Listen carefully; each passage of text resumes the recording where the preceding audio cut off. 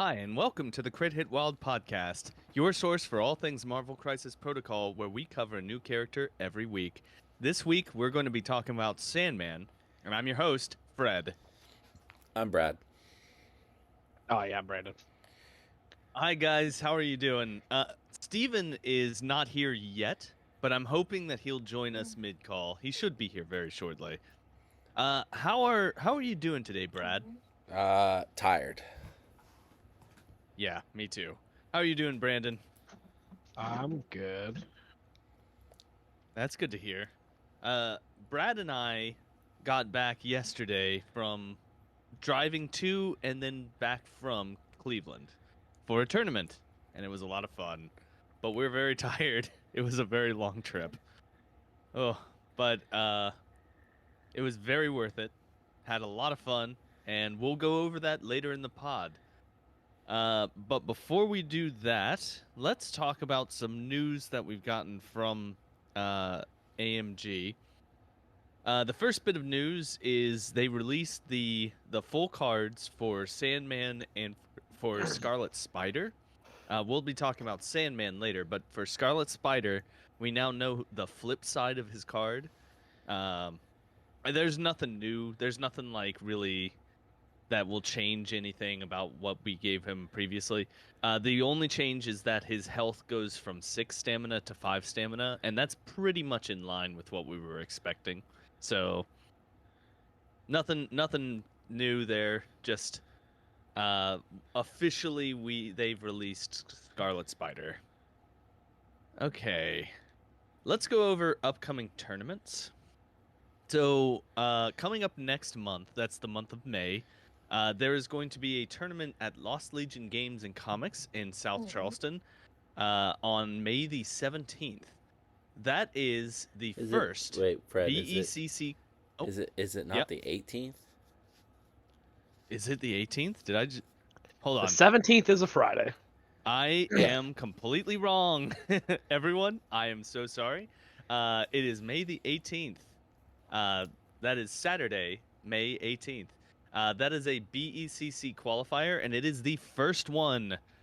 So, in theory, the way that this is going to work is you get awarded points for where you come in the tournament, like your place, whatever place you get in the tournament, and at the end of the tournament, like the series of tournaments, the top 8 people with the most points will move on to the final event. So this is a series of tournaments that you really do want to attend as many as you possibly can, Brandon. And so just letting everyone know the way that this is going to work. I feel like I just got called out for no reason, but all right. Yeah. But I'm excited. I'm excited to start this thing off. And the first one is here at our home store in South Charleston. So should be easy for us to attend. Yeah. I don't know if I'm gonna make it yet or not. Wait, seriously? No, Fred. Why would I schedule a tournament I'm gonna run for somewhere for a time I can't make it? Hey, I don't know your deal. I don't know what's happening. I should make it. I mean, I'm gonna try my best to make it. Okay, I hope you do. Everything I can. We need you to help us represent the West Virginia side of this particular zone. Because otherwise we're going to get washed out. We need more people. I don't think we're going to get washed out, Fred. You're going to win it all. Shit, if you show up like you did last weekend, you're going to get washed out. Oh. I didn't say me, I said Fred.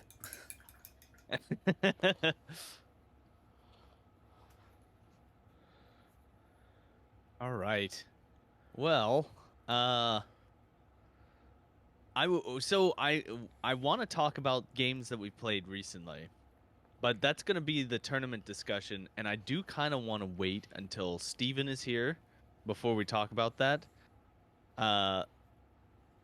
So I don't know. Let's start talking about the games that we've played recently. Hey Brandon, do you have any games you've played recently? I play Brotherhood, but there's nothing like at the You time. I played a game against Borka. He played Guardians. We played Brotherhood. We played at 20 points. It was Scoundrels and Research Station. I took Blob, Pyro, Mystique, Juggernaut, Hulk. Yeah, and as Guardians do, I just got massively out attritioned. yeah. Did he ever throw Juggernaut into your people?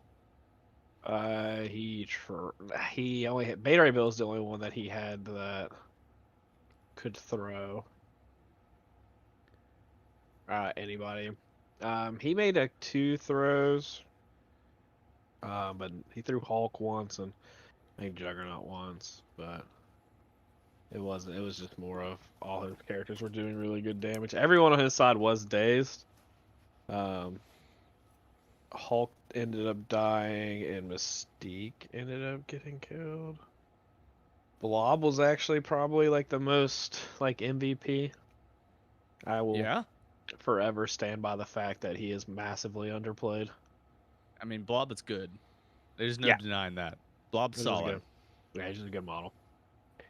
So, I don't. I guess I've when I see Mystique list without him, I just like he can hold down a point by himself against higher threaded models, being able to push them away.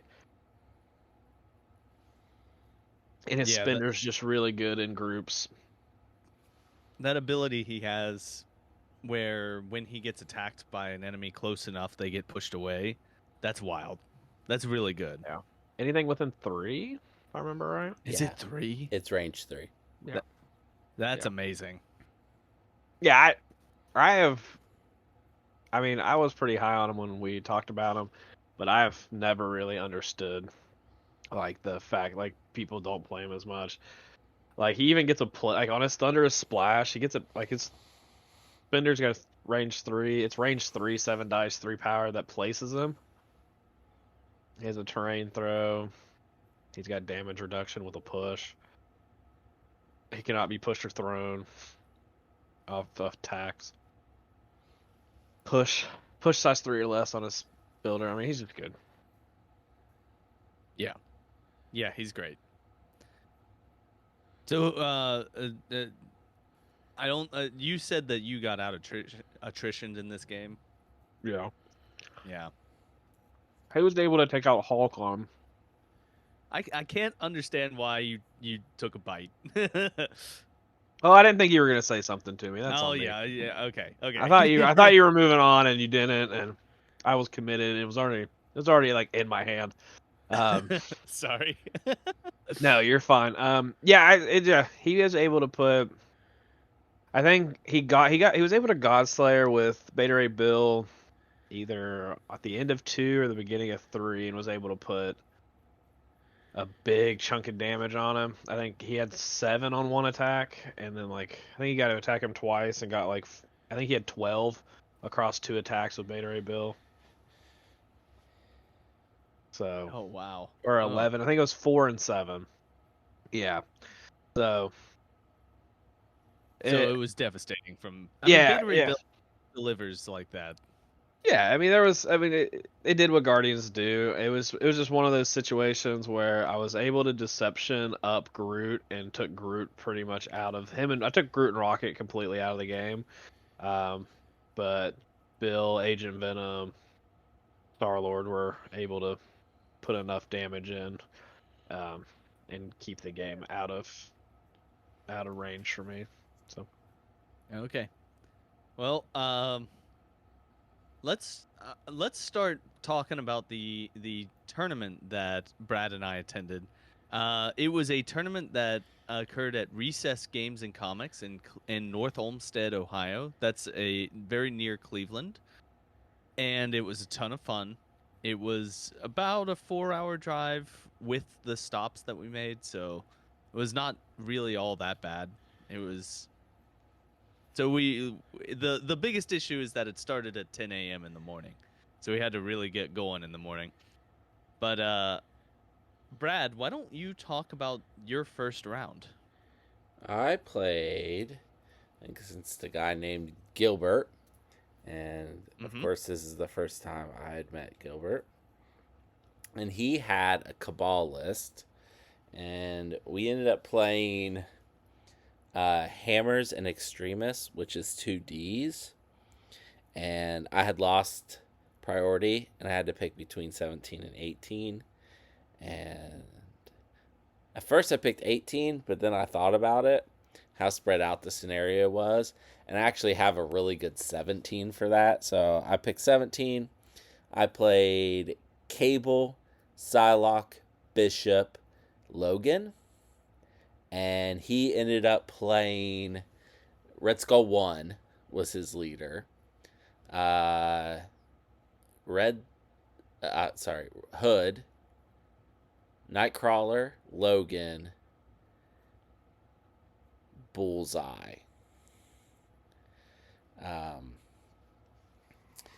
The matchups, like I ended up attacking his Hood with my Logan first turn. He attacked. No, I also attacked his Logan with my Psylocke turn 1. And Cable sat on my home D, and I was feeling pretty good. And then the last activation, Nightcrawler ends up making an attack into Cable and ending up on my D, meaning I had to deal with him right away. So that snowballed into his Hood ended up killing my Logan.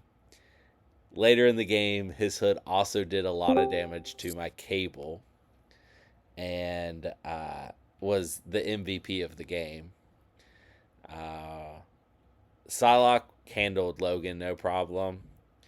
I did forget to heal a couple times, which was relevant.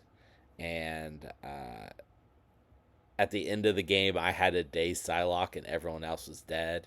He had lost Nightcrawler, maybe Bullseye, Logan for sure.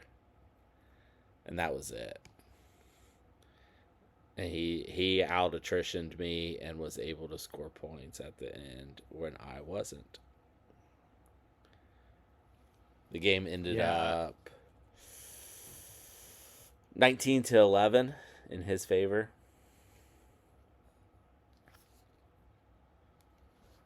All right. That's unfortunate.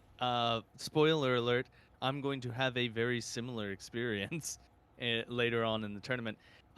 Before we move on, hey, Steven, how are you doing today? I'm excellent. Thank you, Fred. How are you? I'm doing well. You We guys just recovered started from your little trip? somewhat recovered. We just started talking about the tournament at Recess Games, and Brad was going over his round 1. So your timing is impeccable, Steven. Oh no. I want to talk about my round 1, which was a game against Steven. Correct. Yeah. So Go ahead, Fred. You can take the floor on this one. Okay. All right. So the crises were spider infected and portals, spider portals, and and we played at 18 points. I brought Green Goblin. I brought Rhino. Oh, who else did I bring? I brought MODOK. MODOK 2, I should clarify, and Lizard and Black Cat. And Steven, you had Steve 3, the first Avenger. First Avenger. Thor, Angela, and Black Panther. Yeah. Mm-hmm. Yeah, that's correct. Yeah.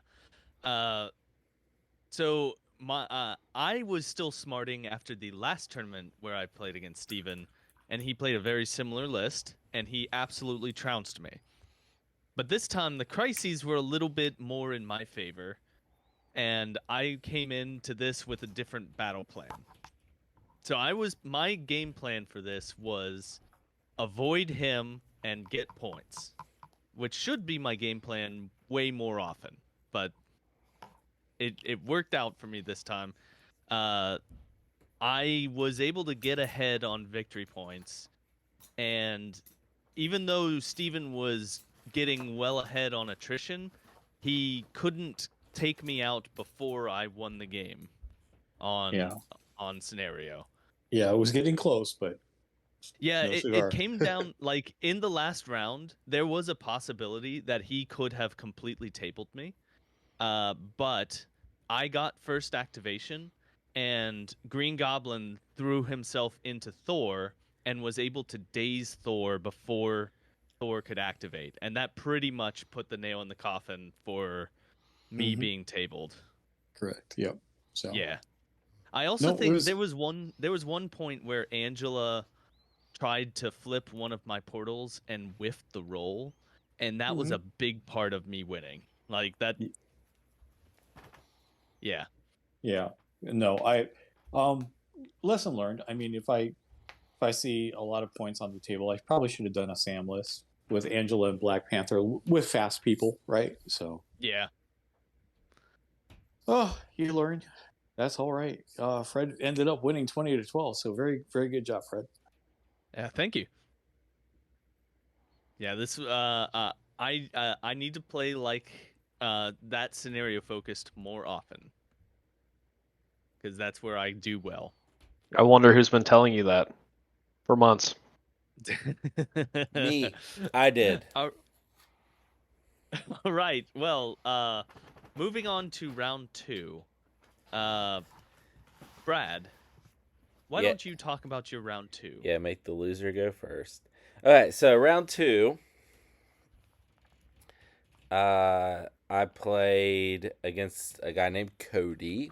He was playing Convocation, and he had a Malekith, which I expected to see, and some other stuff with his wizards. We got Paranoia and Deadly Meteors. I had lost priority again, and I chose 16. I ended up playing Cable, Hulk, Psylocke. And he played Doctor Strange, Sorcerer Supreme, Wong, Baron Mordo, and Ebony Maw with the Space Gem. What a wild pairing. What? His list? Both teams are completely different, and also,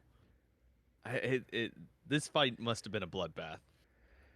Oh, it sure was, Fred. So I went hard on Scenario, and he wasn't really moving towards Scenario, which I thought was weird. And he teleported Doctor Strange up with the Space Gem. And he had Baron Mordo near him, and he actually then ended up moving Ebony Maw right next to them too. They're in a perfect line, which will be relevant in a minute.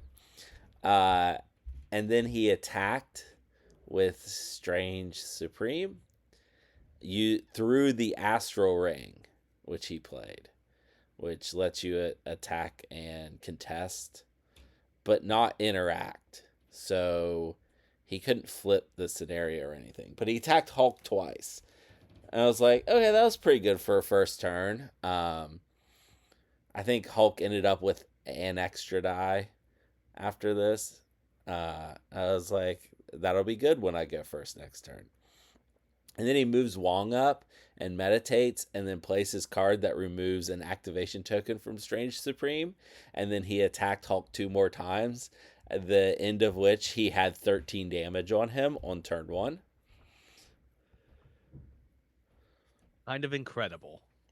Kind of amazing how much damage that put out round 1. It was a lot. But I was like, okay, that's 3 extra dice on Hulk, and I get to go first with him. So if he can do some work, I threw a car at Ebony Maw, and then I beamed all 3 of his models, not Wong, but the other 3. And I did like 1 damage on Strange Supreme. And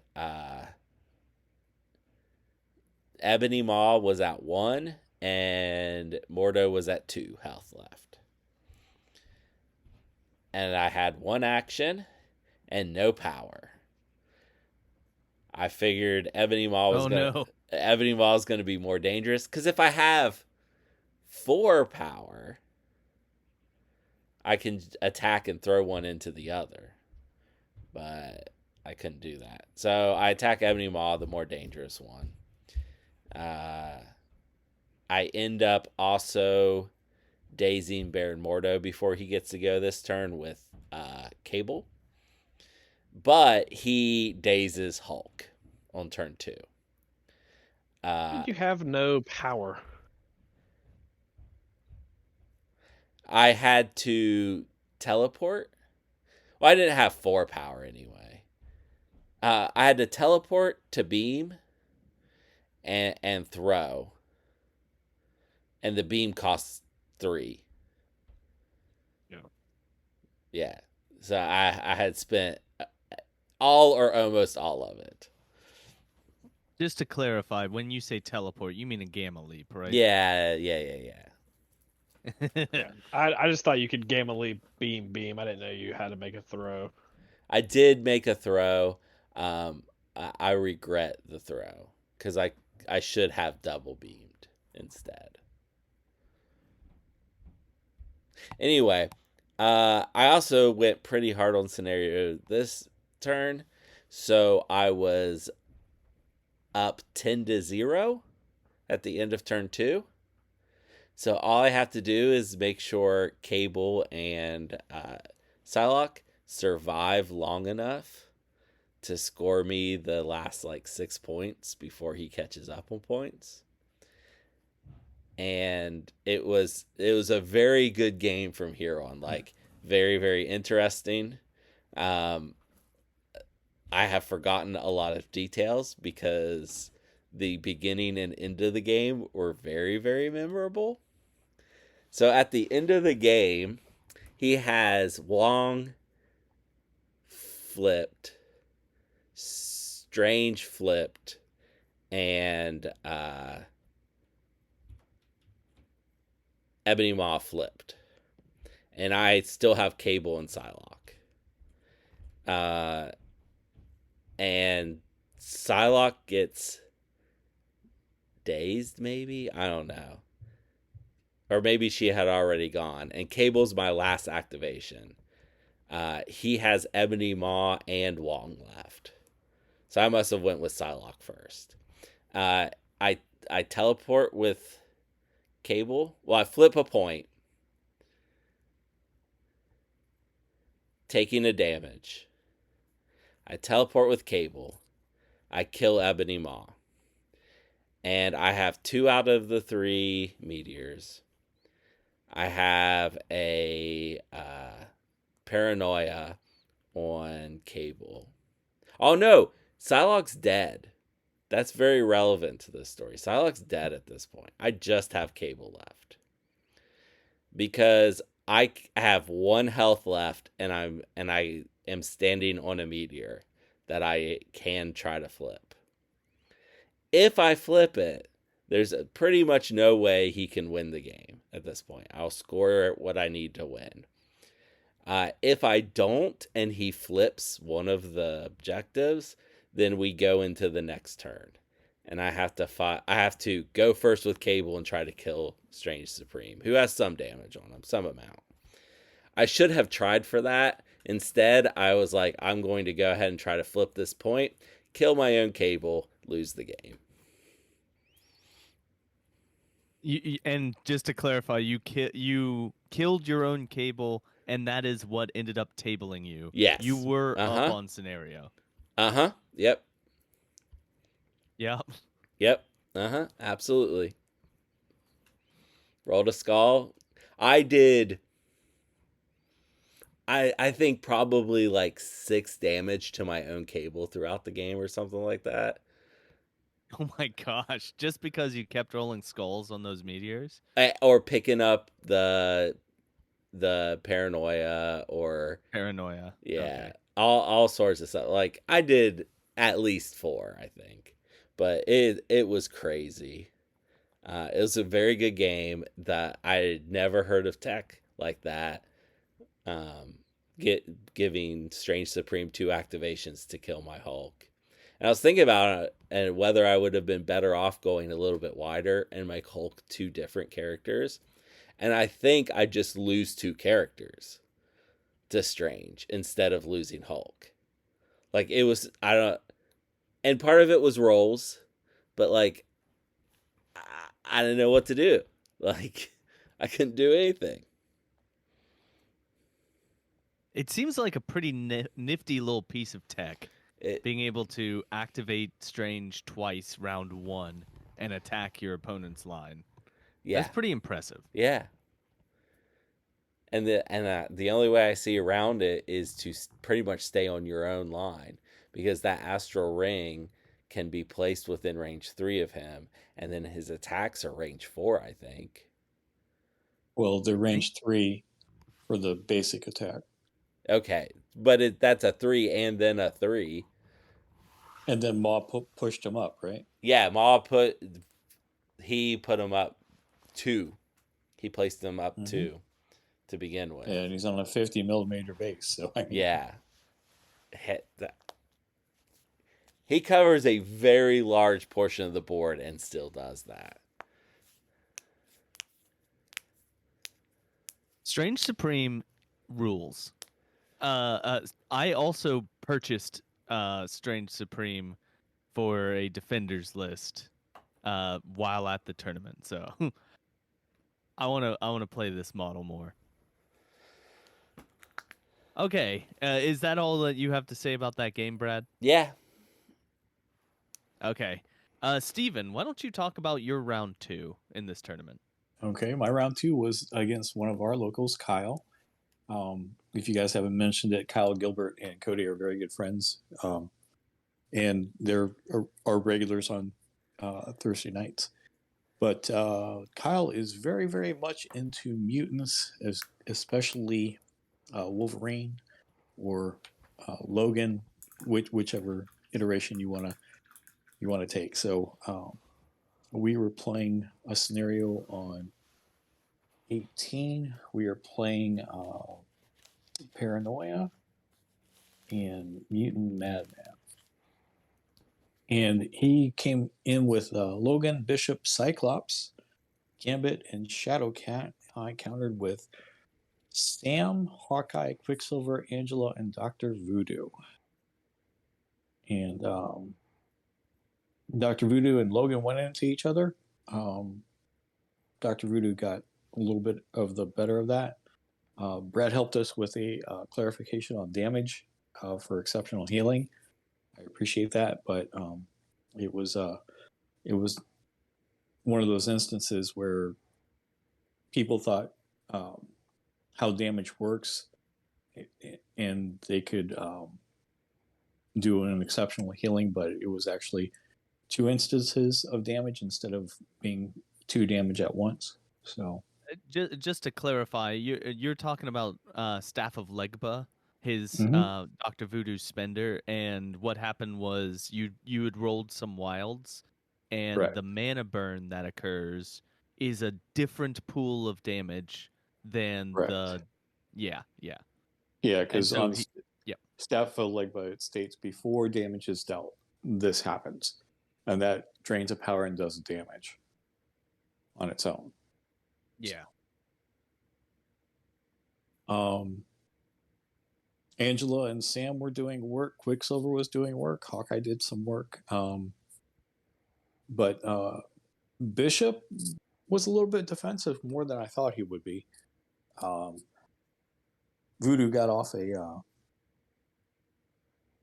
his possession token on Cyclops, which was kind of huge in the game, and Shadowcat was basically non-existent. So she came to do some things, but she really didn't do anything. So it was a good game. Kyle was a little frustrated because he had a first round loss, and then in this one, he also suffered a second round loss. But he was feeling better about it. So I mean, it was just we had a game. It was like us playing on Thursday nights. So it was all around good. But Kyle and his massive comic book knowledge, more than me. So spoilers, he got to play Brad. So, but anyway, that's how my second game ended up. So I'm 1-1 at this point. Okay. My second round, I played against Gilbert, and we were playing on Gamma and on Spider Infected. And spoiler alert, we did 17 points, and he played the exact same list that he played into Brad. He mentioned that it was the exact same list. So it was Red Skull, Hood, Logan, Bullseye, and Nightcrawler. This was I was playing Lizard and some other folks. Doc Ock, Green Goblin, Rhino. Is that correct? Is that right? That's 12. That's 15. And then I also had Bullseye. Yeah. My list does not do well on Gamma.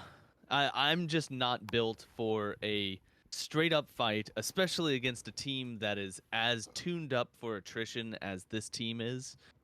I did a pretty good job of blunting the Logan hammer that was pointed at me, but then he was able to activate Nightcrawler. Nightcrawler dazed 2 characters with his attacks. Well, like he so there's a nifty little trick with Red Skull 1. I think this is why Gilbert was playing Red Skull 1, where Nightcrawler gets a power every time he does a damage during an attack, and with his spender, if he keeps getting that trigger, he will get a power if he does damage. So he can, in theory, do that spender until his opponent is dead. Just do it over and over and over again. He was able to start the chain on one character. He dazed that character, and then he used his second action to start that chain on a second character and dazed that character. This was devastating. Meanwhile, on his side of the board, my Rhino was fighting against Red Skull, Bullseye, and Hood. He was doing okay against Red Skull and Bullseye, and Hood was essentially just picking him off. He kept doing multiple damage with his rapid fire gun, and each time he shoots it, it's a gainer. So he'd be gaining a power and then do a damage and gain a power. So Hood was basically swimming in power the entire game. I would attack Hood, and Hood used his Hood had invisibility cloak. Yeah, the invisibility cloak, which when you're looking at it, it doesn't seem like it has that much of an effect because it just changes his physical defense from 2 to 3, but it also lets him count blanks. And it was frustrating when I attacked him and he had 4 health left, and I rolled 4 successes, and he rolled his defense and he rolled 3 blanks. In my head, I was like, yes, I got him. I finally got him. But I did 1 damage. He then turned into Angry Hood, and I couldn't finish the job because he reduced his damage by 2. Hood was so good in this game. Like, he was just... I could not get rid of him. I was, of course, fighting him with Rhino, and Rhino is not exactly a killy guy. He's more of a get into the correct position and score points kind of guy. But, man, I ended up losing this game. I got out attritioned, and he out scenarioed me. This was just a bad matchup. Did you say you had 1 damage to do? I had 4 damage to do. I rolled 4 successes, and I did a grand total of 1 damage because he rolled Okay. 3 blanks on his defense roll, and he counts blanks with that invisibility cloak. And then he went Super Saiyan, and then your damage is like really reduced. Yeah, then I can't hurt him at all. It was real bad. Oh well. But Gilbert played great. He's a great player, and this was, uh, he certainly beat me pretty bad. But that's my second round. Let's talk about. Let's go into the third round. This is the third and final round. Brad, why don't you talk about your game? Okay. I played Kyle, and he was playing X-Men. We got hammers and sword base. I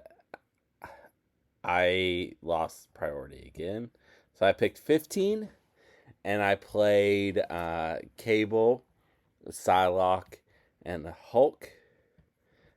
You may remember that from last round when I played 16 points and wonder how I could have played that at 15.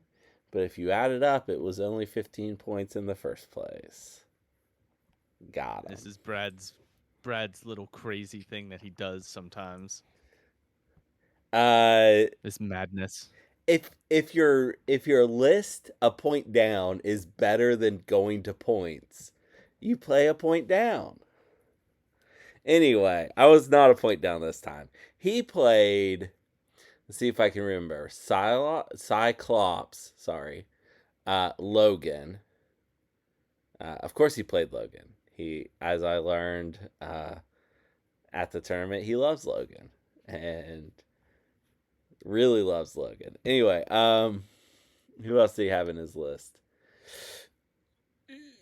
I'm going to guess Shadowcat and Bishop. Not Bishop.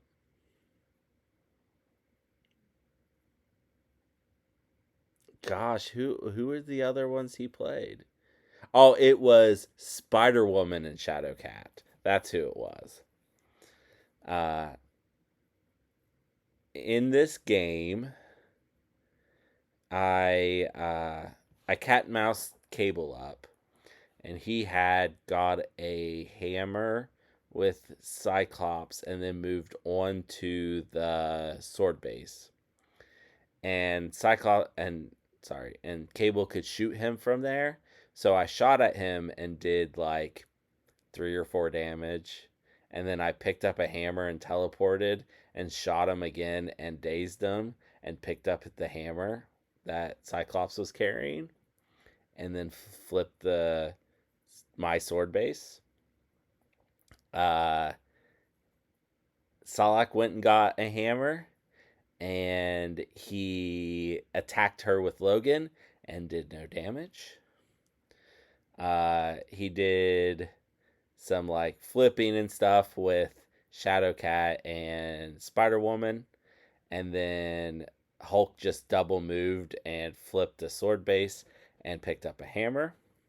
So that second turn, I killed Cyclops with Cable. He went with Logan and failed to do any damage to Psylocke, and then did an attack and threw Cable into a car, dealing 1 damage. Psylocke then, I think, dazed Logan. He made some attacks on Hulk with made 1 attack on Hulk with Spider-Woman and did a damage, and then went and flipped my sword base. I teleported, I gamma leapt and hit hit Shadowcat and just dazed her in 1 hit with no extra dice. And then I walked over and flipped my sword base back. And then the next turn, I killed Shadowcat. I may or may not have killed Logan. But Spider-Woman was fine.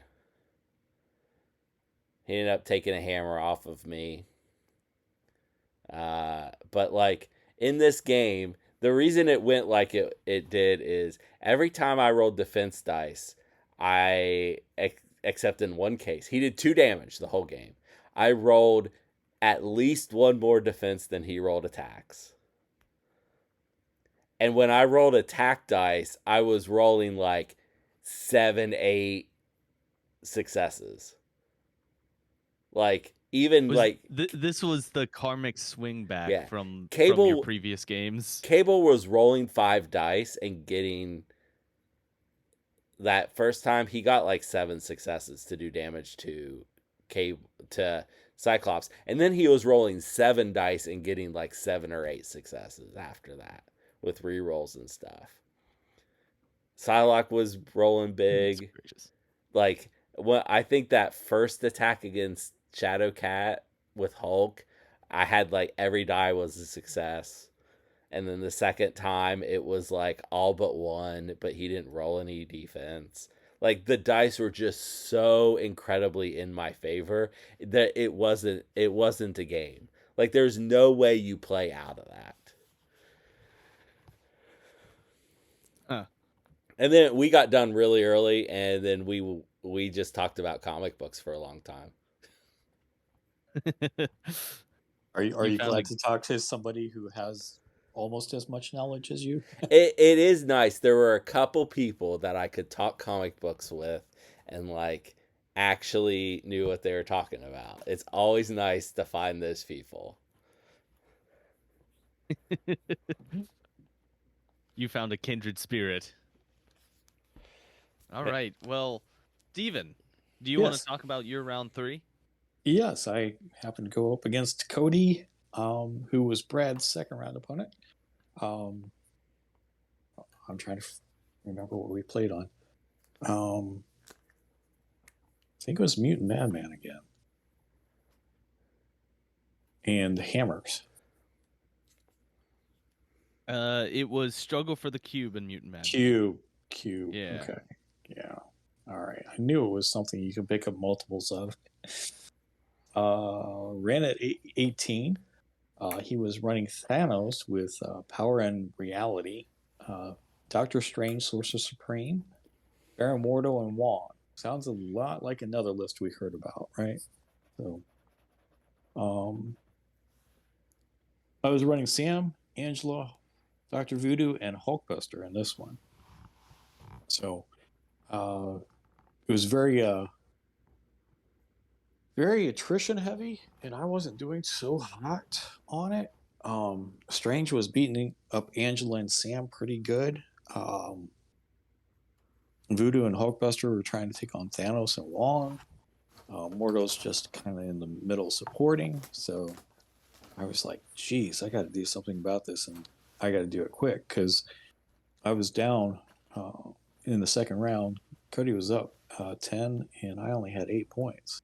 So, well, with Strange doing a lot of damage to me, that left a lot of people on a lot of power. So I called in a Helios laser on Thanos from Hulkbuster, and I daced Thanos, and it was good because he had 3 of the cubes, and luckily he was taking damage from those cubes, obviously. And at that point in time, that's probably when the game swung, because then Angela got into Strange, and then got into Mordo, took those hammers off. I flipped all the points, and I scored 8 points in the third round to finish out the game. So it was very lucky on my part. All right. Well, congratulations. Kind of like playing Web Warriors again, but without the Web Warriors. So yeah, Thanos just scares me, but every time I played him, I would beat a Thanos list. I guess I'm just lucky. No. I mean, once you know what you're up against, Thanos is very good, but he can be beaten. He is not Yeah, an unbeatable beast. but he just scares me. That's all. He scares me too. I get it. I think he scares everyone he's up against. And then you pair him with Doctor Strange, Sorcerer Supreme. I mean, Yeah. it's not an easy toe, right? So Your solution is a good one, which is Helios laser him, just zap him Well- until he's dead. well, the Helios only dazed him. I mean, that was well, the, yeah, that was the desperation play, but at least he didn't have an activation, right? So right. All right. Oh well. Well, let's go into my third round. I don't think I'm allowed to talk about it. The person he told me not that I'm not allowed to talk about it. Do you think he's all right if I do? well, we can just say that you played Dave and you're not allowed to talk about it. I played Dave. I'm not allowed to talk about it.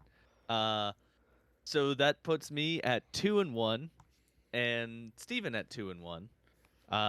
And so at the end of the tournament, the winner was Gilbert. He won. He beat his opponent round 3. Congratulations to Gilbert. I came in second. That's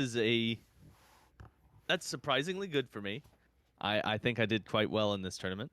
I do want to say about my game against Dave. It was a lot of fun. He was a great opponent, and I'm otherwise not allowed to talk about it. I'm sure he's okay with that. We want to mention who Dave is for my little group. Oh, yeah. Oh yeah.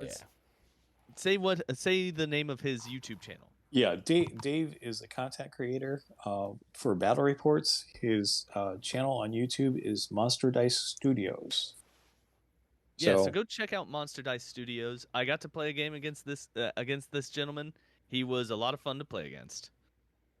Yeah, he's kind of the glue, one of the parts of our community that make it so good. So yeah, he was a lot of fun to play. Yeah. So, what did you guys think about coming up to my little neck of the woods? Your store rules. It's a great store. I really enjoyed it. I also liked just the whole vibe of that area. It was a good time. I liked the drive. It was a long one, and we got home. I ended up getting home after 10 o'clock, so I was quite tired at the end of the day. But Well, I fed you guys afterwards. So, I appreciate that. Thank you we very took much. some time. Yeah. So. Yeah, we got some Okay. pretty cool stuff up here. So anyway, Yeah, And you Cleveland's a nice city. you guys got to see the lake and everything. All right, let's move on. Let's move on to let's do our recalibration matrix for this episode. So this week we're gonna recalibrate Malekith. Largely because he's been changed multiple times. The last time we graded him, we gave him almost universal S's, except for Brad, who gave him an A+. I think that he's substantially worse now, but I think he's still... That means I'm the closest rating to where he ended up. I am the most right now. Technically accurate. That is technically accurate. He has been nerfed several times. A couple times he got nerfed. Let's go over the nerfs that he got, where he is right now. So he used to have the ability. Oh, what was this?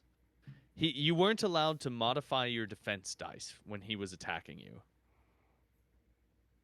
No, you weren't allowed to You weren't allowed to reroll or modify your dice into him. Oh, into him. Oh, it's even better. That is gone. That superpower is it's changed.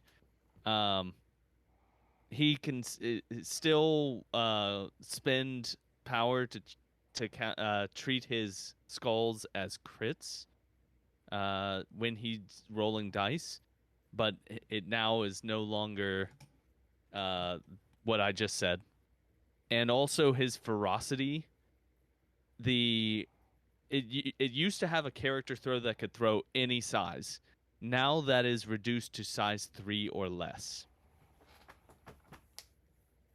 What are there other changes that occurred on his card? Yeah, the attack that he has to do on ferocity lost its pierce. Oh, he lost Pierce on Blade of Midnight. It also costs one more, doesn't it? Oh yes, ferocity used to cost Costs 2 2. power, and now it costs 3 power. You're correct, Brad. And I think that's it. I think that's it. I think he gained one more immunity. Did he? Immunity. His immunities are Hex and Stun. I'm not sure. I think he may have had both of those to begin with. I might be wrong about that, but he is worse than he was when we covered him. He is a 7-threat model who still has a whole hell of a lot of table presence. He's still a huge threat for your opponent. They cannot ignore him. He will kill your team if you let him. Fred, I remembered one thing. What's he that? went on his healthy side. He went down to 9 health from 10, and on his injured side, he went from 8 health to 7. Oh, you're right. He used to be a 10-8, and now he's a 9-7. You're right. That is absolutely the case. Boy, they really hit this guy a lot, didn't they? Yeah, well, I mean, I feel like he was extremely good, and they turned him into pretty solid with the changes that they made. I think he needs to be recalibrated. I no longer think that he is an S model. I think he is still good. I think he's probably an A- or a B+. I'm somewhere in that area. I'm gonna land on a B+, I think. It might be too low. But I'm gonna stick with it. That's where I'm gonna recalibrate him. Steven, what are you gonna give to the new Malekith? I am going to give a B+ also because the thing about Malekith, or even somebody like Cosmic Ghost Rider, is these expensive models were splashed in every affiliation, right? Mm-hmm. When they had not gotten their updates, and now Malekith is not. Right. He is He's only Cabal affiliated, correct? I'm pretty sure that's the case. Yeah, I don't know, but he is a leader of Cabal, and Yeah. I would say that he's competing for the top leadership in Cabal. All right. So His leadership is good. It's a good leadership. so with that being said, I think he's a B+ now because it's not that you wouldn't take him, but you probably wouldn't splash him because 7 cost is quite a bit. Yeah, I agree with you. All right, Brad, what are you gonna recalibrate Malekith to? Has anyone seen him be played even in Cabal if he's not the leader? Honestly, I have not seen him played since he got nerfed, but that's just kind of our meta. I've played against him, both as the leader and under Red Skull 3. Okay. Josh played him in his Red Skull 3 list. Here's what I'm thinking. A tier, those are splash characters. Characters that get played in other factions. He's not there anymore. B are like the go-to, especially upper B, go-to solid in affiliation models. I don't think he's even there anymore. Oh my goodness, are you giving him a C? This is going to make someone listening very happy. I'm giving him a C+. Holy moly. Okay. I think Not that's nuts. not I think he's everyone better than a not C+. everyone is a B. He's a C+. Yeah, you're right. Okay. Brandon, what is your take here? Brad's an idiot. That's my take. Well, if you knew the context of why he just did that, you would be laughing too. that is uh Dave was busting our busting us a little bit, telling us that not everything can be a B, which is fair criticism. My response is all the ones we've been doing recently have all been Bs. But yes, he's right. We do kind of give Bs a lot. But yeah, sorry, I cut you off, Brandon. Go ahead. Keep going. I still think this is the best. I still think Malekith has the best leadership in Cabal. I think you're probably playing Cabal wrong if you're not playing Malekith in your list. If you're playing Cabal, he's still really good. I'm uber sad about the second nerf. I don't think was necessary, and I'm still pretty bitter about it because I believe that AMG only did it because of the internet, and I don't think there's anything really showing otherwise. He didn't have a massively high win percentage up at that point after the first change. He wasn't getting splashed like hardly at all. I don't understand. The second nerf just made no sense to me, and it kind of made me upset, and I think it's just really dumb. I think it was poor, and I don't think it was deserved, and I think he's still okay, but I'm still bitter about it. Sounds like a C to Yeah. me.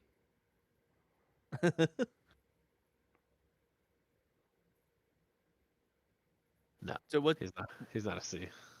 what are you giving him, Brandon? Oh, I hope he gives him a D. I'm not gonna give him a D. I'm gonna give him a B, just a flat B. A flat B. Okay, that's our recalibration on Malekith. They toned him down quite a bit. He's no longer he doesn't have the same bite that he used to. I gotta say, he is a 7-threat model, and you really do want a 7-threat model to feel like he's worth the points. And it does feel bad the way they've nerfed him down. I realized that this is because there was a degenerate list that was abusing him and leading to maybe some bad play experiences, but still, I mean, I feel like he is a model that got a little bit over nerfed. Okay. Let's move on to let's move on to the segment where Brad makes fun of me for not knowing anything about trivia, about comic books, I should say. This is Brad. my favorite segment. Oh God. Okay, so do you want to go over the rules? All right, the rules are: I give Fred a trivia question. If he gets it right, he gets 4 points. The answer is always going to be a character that is in the game of MCP, but the trivia is about the comics that they come from. After that, I'll give him a hint. If he gets it with the hint, he gets 3 points. If he can't get it right after that, Brandon gets a shot for 2 points. If he can't get it, Steven gets a shot for 1 point. He needs 8 points to win. Are you cranking up the win points? Well, if we have a missing person, it's 6, and so 7 with an extra person seems like not enough. Did I do 7 before? The second game of this, we lost. Lost. Okay, I will do 7 points, Fred. You talked me into it. Okay. Okay, that just means I need to make the trivia harder. Oh God. Okay. Okay. Are we ready to begin? Everyone understand the rules? Great. Fred, this character once formed a vast criminal empire made up mostly of supervillains while the heroes were distracted by a civil war amongst themselves. Is it Kingpin? It is not Kingpin. Okay. Here's your hint. He was tricked into stealing 2 articles of clothing that he wears often by Dormammu. 2 articles of clothing that he wears often. And is it Shocker? No, it is not Shocker. Okay. Brandon. Well, Brandon, it's up to you. What was the original question? He formed a vast criminal empire made up mostly of supervillains, while the heroes were distracted by a civil war amongst themselves. And he stole 2 articles of clothing that he wears regularly. Yes. He was tricked into it by Dormammu. Tricked to steal by Dormammu. Yeah. I feel like I want to say I don't know where in the hell Shocker came from. Yeah, I don't either. I was thinking the 2 articles of clothing were the 2 gloves that he wears. That is one article of clothing. There are 2 gloves in a pair of gloves. Okay, yes, but it's a pair of gloves, which is anyway. One thing. Brandon, what's your guess? I'm double checking something. I know who I want to guess, and it's who I thought you were gonna guess, and that's why I had him reread the question because I thought I missed something when you said Shocker, but I didn't. Shocker was a shocker. Yeah.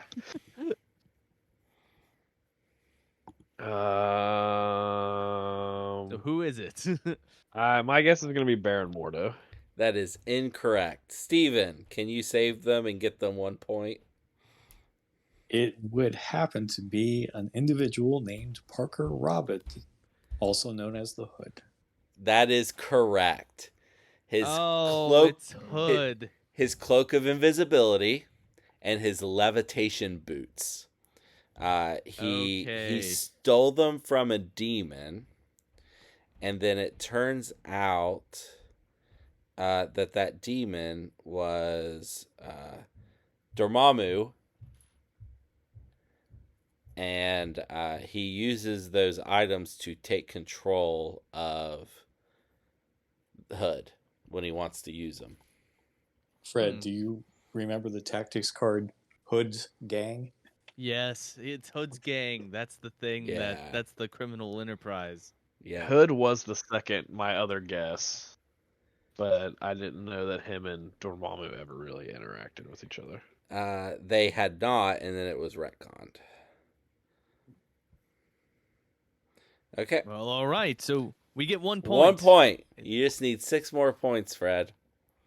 Oh, God. Next question. Magneto once betrayed this character. I have a typo here. Hold on. Okay. Well, Magneto once betrayed this character and threw him in a hole and left him to die. Is it Sabretooth? No, it is not Sabretooth. Okay. Your hint. I know this one. His daughter ended up with the same facial disfiguration after they tried to put his mind in a major superhero's body. The his are in reference to the character that I'm trying to determine? Yes. Okay. His daughter got the same facial deformity. Yes. So it's a person with a facial deformity. Very good. Here's the problem. I have no idea who. I'm assuming it's a mutant and probably a person from Brotherhood because of Magneto. Who has a facial deformity? Is it Pyro? No, it is not Pyro, who does not have a facial deformity or a daughter. Hey, I don't know these things. Brandon, God, you simply steered yourself so far away from this answer. First of all, it's someone you definitely know has a facial deformity. Yes, it's his name is his facial deformity. Oh. So Okay. I know this because me and Brad have talked about this numerous times because it's the only time these two characters ever work together and they're in the same affiliation, which makes no sense that they should be. And the answer, I believe, I'm going to feel real stupid if I'm wrong, but it's Mr. Johann Schmidt, the Red Skull. That is correct. Of course, Magneto betrayed the Nazi and threw him in a Holden Eye. Yeah, that makes sense. And Fred, you even know who his daughter is. His daughter He's is also Sin, in the right? game. Yes, but she does not have the Red Skull in the game. I'm sure She takes over as the Red Skull, right?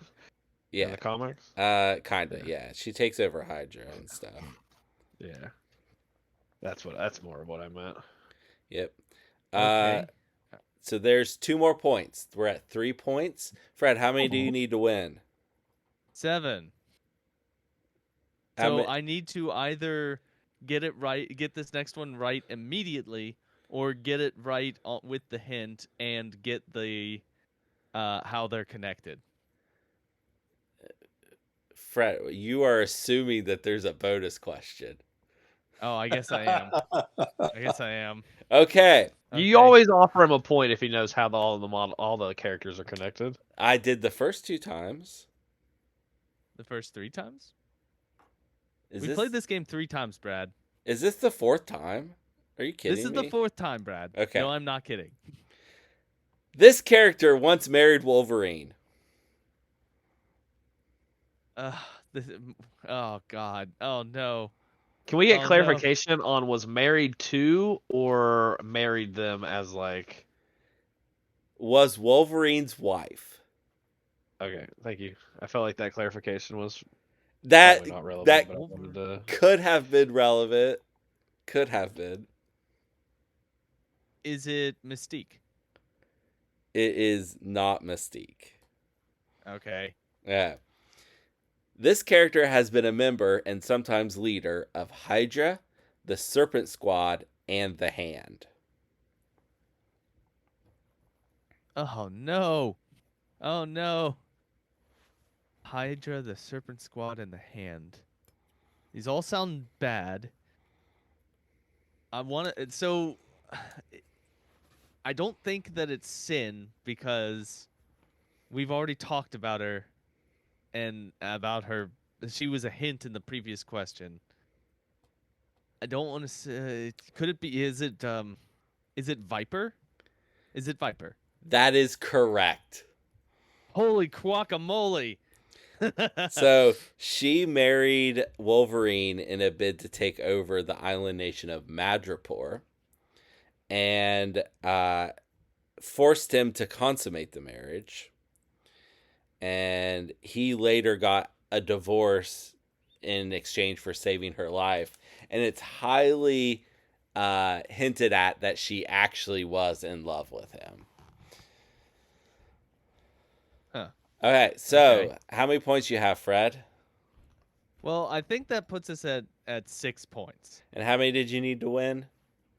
7. I guess you lose. Unless you answer this bonus question. Okay. What do these characters have in common? All right, so you and I both played Gilbert. I know that he had Hood and Red Skull in his roster. I don't think he had Viper in his roster. So it's not Models in Gilbert's roster. Which is that would have been a crazy pull. Is it that they're all Cabal? That is correct. Good job, Fred. You got your 7th point and the win. Okay. Before that last question, I really thought that... I thought it was going to be they were all characters that Gilbert played against you guys. That's kind of what I was thinking too until Viper. Well, that's why I clarified, because I was like, Nightcrawler could have definitely married Wolverine at some point. Been the officiant of his wedding? Yeah. Yeah. That 100%. Yeah, that's why I was like, I was convinced that was the answer. Yeah, I was convinced that was the answer, so I was like, Hey, Fred, Yeah.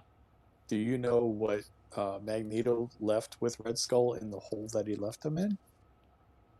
What was it? What did he leave in the hole? Oh, you're supposed to guess. Oh, I'm supposed to guess. Yeah. I'm guessing something. That's. Was it a yellow star? Nope. Okay, that was a dark Brad, answer. do you know? It was bread and water, right? Because that's all they gave It them was at the no, camps. no. He didn't even give him bread. He just gave him 10 gallons of water. Oh, okay, yeah. Okay. Okay. I am not. You're nothing. I don't know why Fred even said that was dark. There's no world where I'm gonna feel bad for Red Skull. No, No, I dark because I was referencing the Holocaust. The whole thing references the Holocaust. yeah, it know. was very blatantly about the Holocaust. Yeah. Okay. Okay, I just thought Fred was. I thought Fred was feeling bad for Red Skull for a I second. was not. I was Fred, not. Screw Red do you Skull. know why they were teaming up for Magneto to then betray them? Oh, Betray I him? have no idea. Yeah, I knew you didn't. But I wanted to talk about it. So Okay. Red Skull had this great idea, and it really was a brilliant idea, that all the heroes know how to fight their villains. So they were going to get together and trade, and different villains attack different heroes than normal. It's kind of like a 2 men on a train situation. Yeah, it really is. It's exactly like that. So that's what it was. And Magneto was supposed to fight Captain America, and he betrayed Red Skull instead. It's a really good issue of Captain America. Okay. All right. Well, that was the Fred knows nothing about trivia about comic book trivia segment. Fred, you've won more than you've lost. Give yourself some credit. This team has won more than it's lost. That's true. It is a team effort. Yeah. I've realistically only ever got 2 questions right, so. All right. Well, let's move on. Let's talk about the person that we're here to talk about today, whom I don't have currently pulled up because I'm bad at this. I'm bad at my job. All right, so today we're going to talk about Sandman, otherwise known as Flint Marko. His defensive stats are 4 physical, 4 energy, and 3 mystic. He has 6 health on his front side, and he has 7 health on his flipped side. Big thumbs up from me. He is a threat 4 character, size 3, and he has a movement speed of slow. All right, Steven, let's change it up a little bit. Steven, why don't you go over his attacks? Okay.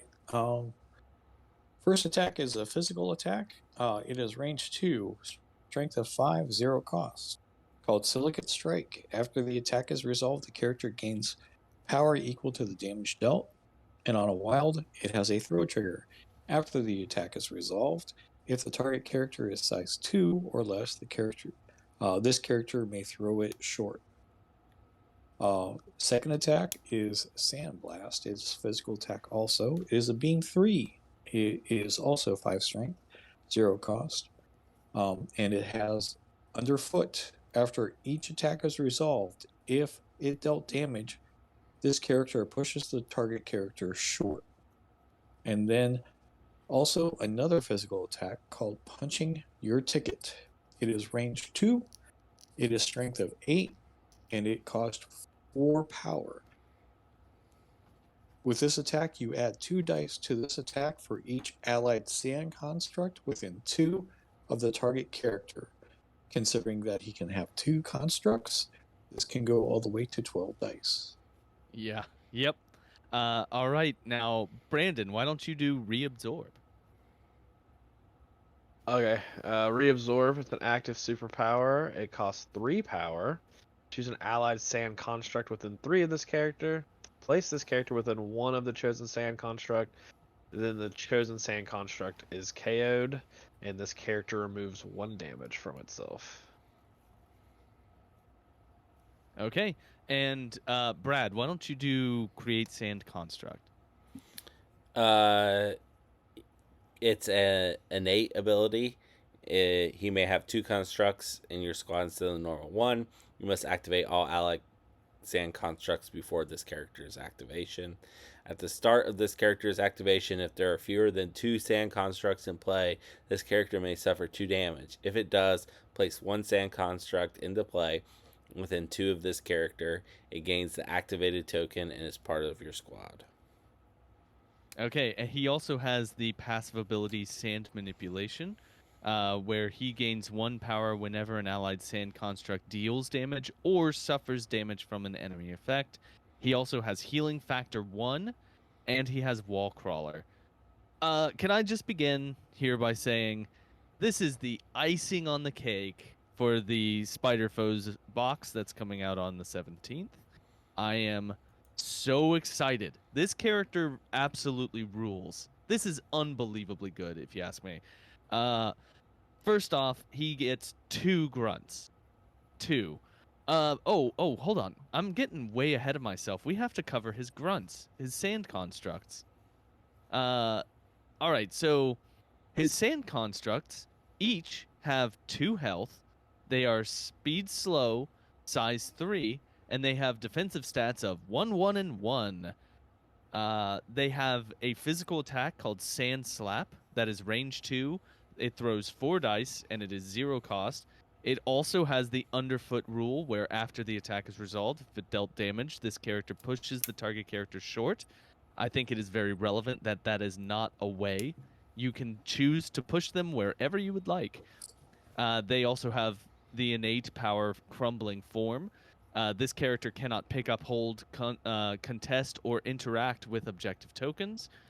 They have the innate power Difficult Terrain. When this character suffers damage from a physical attack, reduce the amount of damage suffered by 1 to a minimum of 1. Additionally, this character cannot be thrown and does not suffer damage from collisions. Woo! And then they also have the innate power Dust to Dust. At the end of an allied Sandman's activation, if this character is not within range 3 of it, this character is KO'd. Additionally, when an allied Sandman is dazed, this character is KO'd.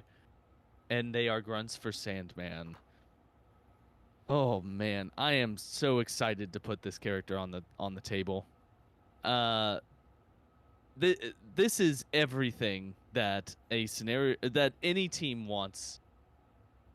Having 2 sand constructs on the table grants you so much flexibility. There's so many options that it opens for you. The sand constructs can like stand between Rhino and the rest of your team, so that when Hulk tries to throw Rhino, he throws them into a sand construct and does no damage.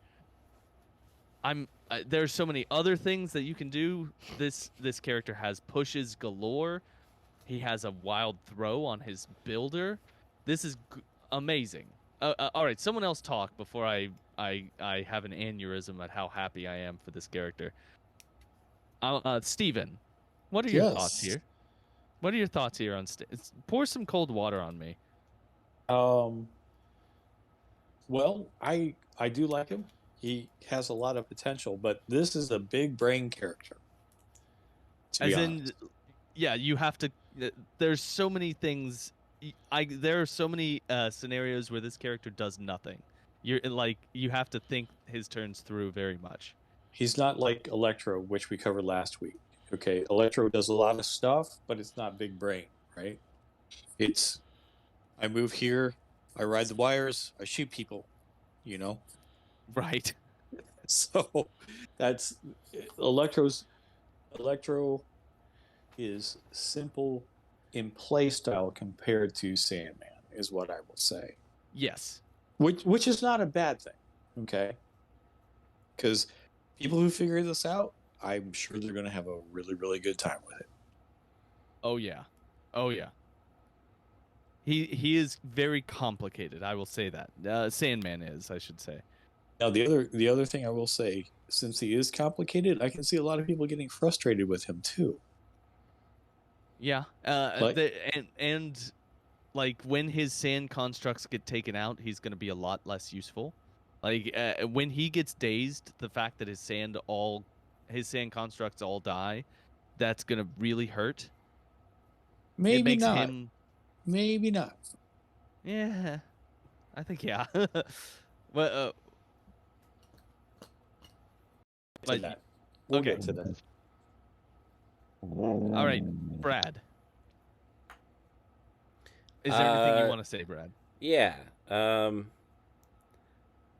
mean, I thought I was gonna be the one to get this to say this, but my thunder always gets stolen. This time by Steven. I agree with what Steven said. I think that the ceiling for this character is very high, but also the floor is very high. I think a lot of people are gonna be excited about this character and mess him up.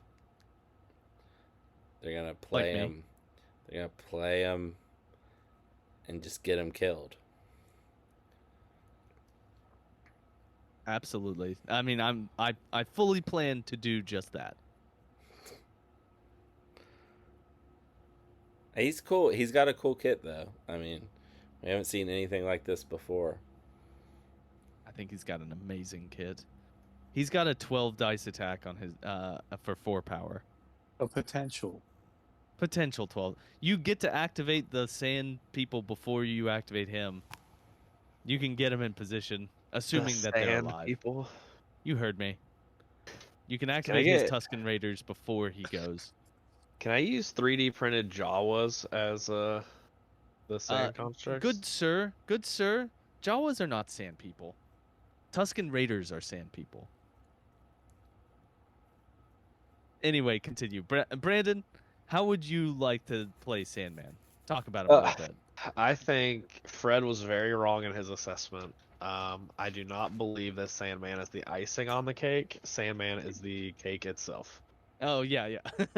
I was going to say, do you disagree that he's good? I can't get through a whole episode without making sure Fred thinks I'm going to insult him some way. Fair. And I'm not even going to comment on the Jawas and Jawas are sand people. We're not going through that. Anyhow, Sandman's great. Top to bottom, he's a really good model. He's got placement. He's got healing factor. He has alternate ways to gain energy. He can kind of protect himself. I think a big thing, it's gonna be like, even though like the sand constructs don't score points or anything, they're gonna be able to block. Like, since there's 2 of them, you can block out points with the constructs pretty easily. Having 3 models on the table in addition is going to be a way to really kind of, and every action that's used on hitting a sand construct is a win. I guess it's an absolute win. It's giving power to him when they do it. Yeah, well, Yeah, I think Brandon's. Yeah. Go ahead. I'm sorry, Brandon. No, you're fine. I had to sneeze really bad. It's action economy. You get, this model has 6 actions, and every action your opponent uses to take those away or try to take those away, gaining him power, and as well as the healing factor, making it to where he's only going to suffer 1 damage effectively. The 2 damage does come up because you're not going to obviously want to KO this model to bring in a construct. But healing factor is relevant. Keeping them alive is relevant. There's a lot of scenario play just with using the constructs as blockers and keeping them in the way. I think this model is going to be very heavily played in multiple, and I think he's going to be a turning point in a lot of the scenario-based things. This model is a terror to play against. Like, web warriors hate Sandman. The constructs are the most obnoxious thing that they probably will ever, like, it's got to be like an atrocious thing for them to have to deal with. Absolutely. Yeah.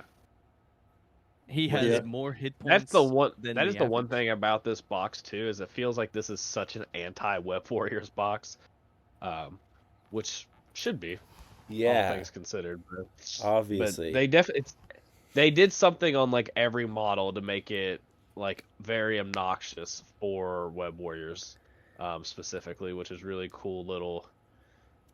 I like the flavor they do with a lot of the models, and this was just kind of like added awesome as far as I was concerned. But I think this model's great. He's on a medium base. The constructs are on a small base. No, I think they are also on medium bases. I might be wrong about that. I think they are medium. I think they are though. If the constructs are on medium bases, you can block out a lot of points. Yeah, they're Just huge. moving. So, I'm obviously gonna play this model and not Spider Foes. In But his we don't have to talk about in that. his other affiliation. Yes, which should be in his other affiliation, which is Criminal Syndicate. What about I think his third affiliation? I'll let you get to that when you go over the comic books, because I'm assuming that's where you figured it out. But I'm not going to mention it in comic books. So we're going to talk about it right now because I didn't pick that comic Okay, book. go. Do you Go guys, for it. and really Steven's probably the only one who has a shot here. Do you guys know what affiliation Sandman was a part of? That's not Criminal Syndicate or Defenders. Spider Foes. The Defenders. Wait, No. was he with Silver Sable? Wasn't he one of her people? Oh, that's not who I was talking about. I meant an affiliation that is currently in the game. Okay. Ow. I have no idea. No clue. He was a Shield. member of the Avengers. Huh. Really? Yeah. This guy, oh my gosh. I don't think this can be a model. He for the can't be an Avengers. Avenger. He can't do Avengers Assemble. We'll see. He cannot. We'll see. They cannot give him Avengers Assemble. In the comic books Brad's referring to is that Sandman is all kinds shades of gray. Yeah. He's not just a villain. He's kind of Well, he's not even a villain, technically. He's a just- criminal because of bad circumstances. Mhm. Yeah. He And definitely he's a spider does. foe because he just exists in the Spider Universe. Wrong place, wrong time. But when Silver Sable hires him to be her main super to take on other supers, he's happy as a clam. So, all right. Well, all right. Let's give this guy a letter grade. I am hugely up on this guy. I am excited to put him on the table as a Spider Foes player. I cannot wait to have this model, these models, in my roster. So I'm not gonna give him an S, although I want to. I'm going to give him an A+. I cannot wait. I'm excited. Brandon, what are you gonna give Sandman? Ooh, A. A. Yeah. Solid A. Okay. All that. Brad. I'm mostly not sure how much he would get. Like, I don't know if he's gonna get splashed a ton. I think he's definitely gonna get splashed a good bit. Especially if those constructs are on medium bases. That's stupid. I believe that they are. I could be wrong. Brad, what are you gonna give to Sandman? All right, so I do agree that he's going to get splashed some. I also think that with that high floor and people playing him wrong, I can't score him too high. So I'm going to give him an A-. Are you mean low floor, right? No. High no, floor. he's not easy to play. High floor, high ceiling. I don't think he's easy to play correctly. Oh, okay. I see what you're saying. Yeah, like if I think you even if you play him wrong, he's still gonna do well. But to play him right, you're gonna have to learn and be really good at the game. So I'm giving him an A- because of the difficulty of play. Okay. And Steven. I'm with Brad. I'm going to give him an A minus because there's one particular high brain affiliation that can use him. And if you're already doing this affiliation, you're already thinking on this level. So High brain affiliation, is this convocation? correct. Oh boy. Because when those Convocation. constructs get KO'd by Sandman moving, you get your Ironbound books back every time. Oh my god, you're right. If you need your Ironbound books and you're not going to get them, you can just have the construct you can end the turn with the construct outside of 3. Mm-hmm. Oh. That's why I had Shadowlands in my convocation list, is to be able to bring books back every game. Yeah. That's amazing. Good thinking. Okay. Well, we're up on him. We're very up on him. Brad, do you have any comic books that feature Sandman? I sure do. So the first one I'm gonna do of the 2. Did you catch that, Fred? There are going to be 2 recommendations. Okay. So the first one is Amazing Spider-Man number 4. That's Stan Lee, Steve Ditko. People who've been listening to the last couple episodes will not be surprised that this is Sandman's first appearance. He catches Spider-Man completely off guard and pretty easily beats him down and rips his mask, and Spider-Man runs away to keep his identity a secret. And later, Sandman is trying to find a place to hide, and so he goes in this local high school and comes face to face with this kid. Well, the kid recognizes him because it's Peter Parker, and he has to figure out what is he going to do with Sandman in his school. Okay. The second recommendation is Spectacular Spider-Man 308. This is by Chip Zdarsky and Chris Bachalo. This story, Sandman is dying very rapidly from a disease that's going to turn him into lifeless sand. Spider-Man decides that he deserves a more honorable death than wasting away in a hospital. So he takes him to the beach, and they sit and they talk, and Sandman tells him about his childhood, and it's a touching little story. Huh. Does Sandman survive this, or? You want I'm me assuming, to spoil? Okay, don't answer. The Don't story? answer. Never mind. Okay. That's what I Okay, thought. so those are your 2 recommendations? They are my 2 recommendations. Okay. Brandon, this guy's going to get some splash. Where do you think he's going to get splashed? Also, I is think there's his a weakness water? Okay, sorry, go ahead. I don't know. He could probably still throw mud at people. That's still really annoying. Yeah, I think there's a lot of places that are gonna definitely try him out. Obviously, Criminal Syndicate and Spider Foes are gonna be probably auto includes. And Avengers. He actually plays really well in a lot of Avengers scenarios. Like probably more than I'd like to think. I don't want him to be Avenger. That's kind of I don't obnoxious. either. He'd That's be really too good. obnoxious. He might be too good. He would throw every time. He could do whatever he wanted in Avengers. Anyway, I think there's a couple good places. I like the idea of. I mean, we've already mentioned 3 places where he'll fit in really well. I actually think he's going to become I think he'll be the second model you choose when you're playing Hellfire Club. I think it goes Emma and then Sandman. I think that almost becomes a super constant. But I think there's a lot of lists. And I know we mentioned how good they are against Web Warriors. I think this model actually fits in amazing with Web Warriors as well. Okay. This is a perfect way to prevent your warriors from getting pushed off of scenarios by placing constructs behind them. A lot like Magneto was played early on, where you're placing constructs and then moving up. Like my biggest play is you can place a construct, you move it up to the front, the middle point, and then Sandman just steps in front of it, and now you can't be pushed away off, and you can then use the other construct to cover another end of the